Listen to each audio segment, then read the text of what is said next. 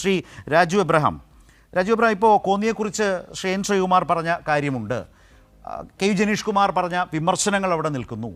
നേരത്തെ 2018 അനുഭവങ്ങളെക്കുറിച്ച് താങ്കൾ പറഞ്ഞു, വളരെ പ്രധാനമാണ്. പുതിയ ജില്ലാ കളക്ടർ, അനുഭവപരിചയമുള്ള പഴയ ജില്ലാ കളക്ടറെയും അവിടേക്ക് എത്തിക്കുന്നു. ആ നിലയിൽ സുസജ്ജമാകുന്നു പത്തനംതിട്ട. സമാനമായ രീതിയിൽ ഇന്ന് പത്തനംതിട്ട ജില്ല നിൽക്കുകയാണ്. പത്തനംതിട്ട ജില്ലയിലേക്ക് അക്കാലത്ത് മുഖ്യമന്ത്രി ഈ പറഞ്ഞ ഹെലികോപ്റ്ററിൽ പ്രതിപക്ഷ നേതാവിനെയും കൂട്ടിയാണ് വന്നത്. ഇരുവരും അവിടെ വന്ന് സന്ദർശിച്ച് അതൊരു വലിയ മാതൃകയാണ്. കാരണം ഇതിൽ മാറി നിൽക്കേണ്ടതല്ല, എല്ലാവരും ഒത്തുചേർന്ന് നിൽക്കണം എന്ന് പറയുന്ന ഒരു മെസ്സേജ് കൂടിയാണ് അന്ന് കൊടുത്തത്. 2026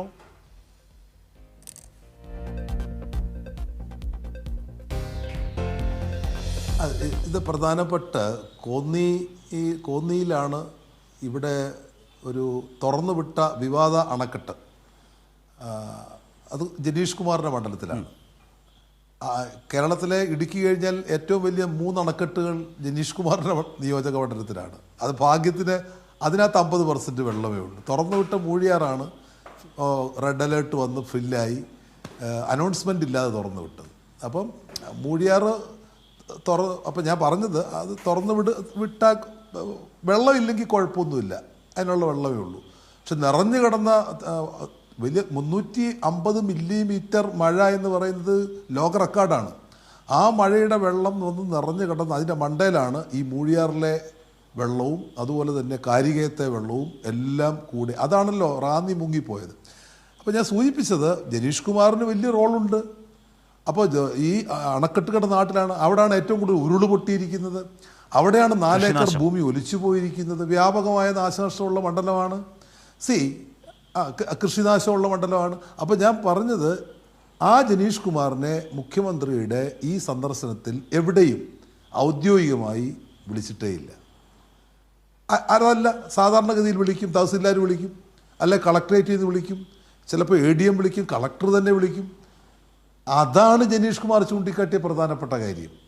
അദ്ദേഹത്തിൻ്റെ മണ്ഡലം വിസിറ്റ് ചെയ്യുകയോ ചെയ്യാതിരിക്കുകയോ ചെയ്യട്ടെ, പക്ഷേ ഒരു പ്രതിപക്ഷ MLA ആയതുകൊണ്ട് അദ്ദേഹത്തെ മാത്രം വിളിച്ചില്ല. ബാക്കി MLA-മാരെയൊക്കെ കൃത്യമായിട്ട് അതാത് സ്ഥലങ്ങളിൽ ഉദ്യോഗസ്ഥന്മാരെ കൊണ്ട് വിളിപ്പിച്ചു.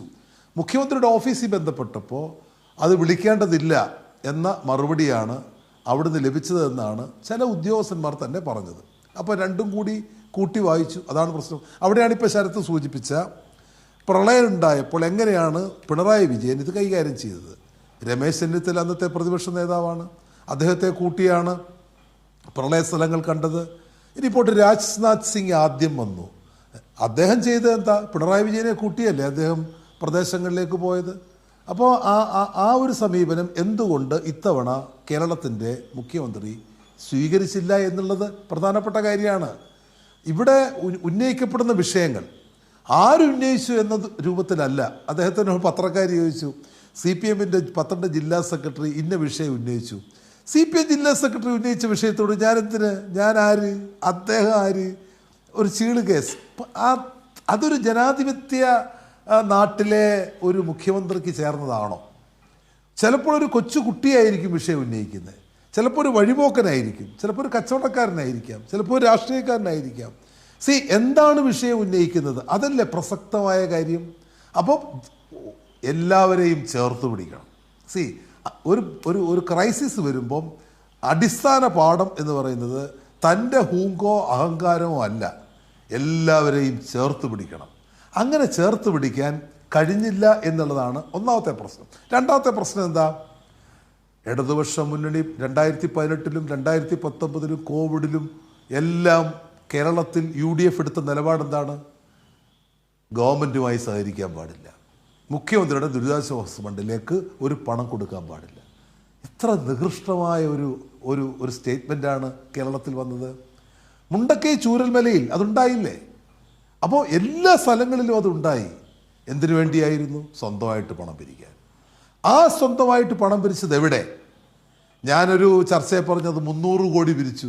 അപ്പോൾ എൻ്റെ സുഹൃത്ത് ശ്രീകുമാർ അത് ഉടക്കി, അത്രയൊന്നും പിരിച്ചിട്ടില്ല, തെറ്റാണ് രാജു. ഞാൻ പറഞ്ഞൊരു 10 കോടി ഞാനങ്ങ് കുറയ്ക്കാം, പോട്ടെ, വാദത്തിന് വേണ്ടിയാണെങ്കിൽ. ചിലപ്പോൾ അത്രയും പിരിച്ചു. പക്ഷേ ഒരു കണക്ക് കൃത്യമായിട്ട് അവതരിപ്പിക്കേണ്ടേ, ജനങ്ങൾ വിശ്വസിക്കണ്ടേ. നിങ്ങൾ ജയിച്ചു എന്നുള്ളത് സംഭവം ശരിയാണ്, ജയിച്ചു. അപ്പോൾ പക്ഷേ ഉന്നയിക്കപ്പെടുന്ന വിഷയങ്ങൾ ഇപ്പം മുഖ്യമന്ത്രി ദുരിതാശ്വാസ ഫണ്ട് അഭ്യർത്ഥിച്ചു. ഞങ്ങളുടെ നേതാക്കന്മാർ ആരെങ്കിലും പറഞ്ഞോ ദുരിതാശ്വാസ ഫണ്ട് മുഖ്യമന്ത്രിക്ക് കൊടുക്കാൻ പാടില്ല? പറഞ്ഞില്ല. അവിടെയാണ് രാഷ്ട്രീയ മാന്യത, രാഷ്ട്രീയ മര്യാദ. അത് ഈ ഗവൺമെന്റിനില്ല ഇതുവരെയുള്ള. നാളെ കാണിക്കൂ, ഞങ്ങളതിനെ അംഗീകരിക്കാം. അപ്പോൾ കേരളത്തിൽ മഹാപ്രളയത്തിലും കോവിഡിലുമെല്ലാം കേരളം തകർന്ന് തരിപ്പണമായി പോയതിനെയും കുറച്ച് മലയാളികൾ സഹായിച്ചില്ലായിരുന്നെങ്കിൽ ഇല്ലേ, പണം ശേഖരിക്കാൻ മന്ത്രിമാർ പോകാൻ ശ്രമിച്ചപ്പോൾ കേരളത്തിലെ UDF നേതാക്കന്മാർ എന്താ പറഞ്ഞത്? കേന്ദ്ര ഗവൺമെന്റിനോട് പറഞ്ഞവർക്ക് വിസ കൊടുക്കണ്ട. BJP നേതാക്കന്മാരും പറഞ്ഞ് വിസ കൊടുക്കണ്ട. വിസ കൊടുത്തില്ല, പോകാൻ പറ്റിയില്ല. അപ്പോൾ ഈ സമീപനമാണോ CPM അല്ലെങ്കിൽ LDF ഇന്ന് സ്വീകരിക്കുന്നത്?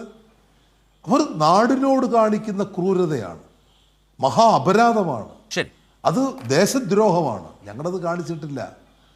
അപ്പം ഇങ്ങനെയുള്ളൊരു ഒരു പ്രതിസന്ധി വരുമ്പോൾ ഈ നാട് രാഷ്ട്രീയം മറന്ന് ഒറ്റക്കെട്ടായിട്ട് നിൽക്കണം. അതാണ് ഞങ്ങൾ ഇന്ന് ഈ ക്യാമ്പുകളിലൊക്കെ ഇന്ന് ലോഡ് കണക്കിന് സാധനങ്ങൾ DYFA കൊണ്ടുവരികയാണ്. DYFA മാത്രമല്ല, എത്രയോ മതസംഘടനകൾ, എത്രയോ ചാരിറ്റി സംഘടനകൾ, അവരൊക്കെ സാധനങ്ങൾ കൊണ്ടുവരുന്നു.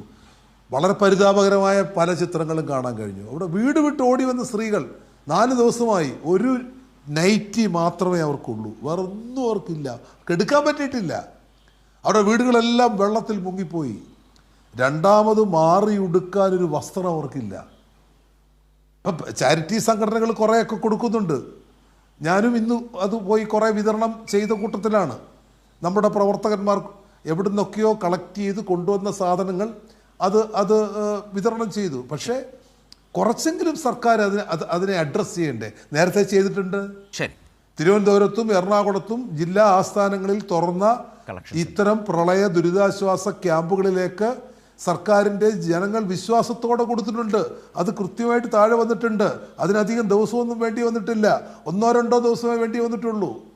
പക്ഷെ ഇപ്പോൾ കഴിക്കാൻ പ്രഭാത ഭക്ഷണം ഇല്ലാത്തൊരവസ്ഥയാണ്.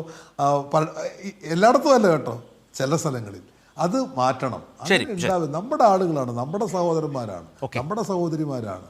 അപ്പോൾ എല്ലാ കാര്യങ്ങളും ഇക്കാര്യത്തിൽ ഉണ്ടാവാൻ വേണ്ടിയുള്ളൊരു മോണിറ്ററിംഗ് അതാണ് എനിക്ക് പ്രധാനമായിട്ടും സൂചിപ്പിക്കാനുള്ളത്. അതുകൊണ്ട് രാഷ്ട്രീയ വിവേചനം അത് ഒരു അനുഭവമാക്കി ദയവ് ചെയ്തെടുക്കണം.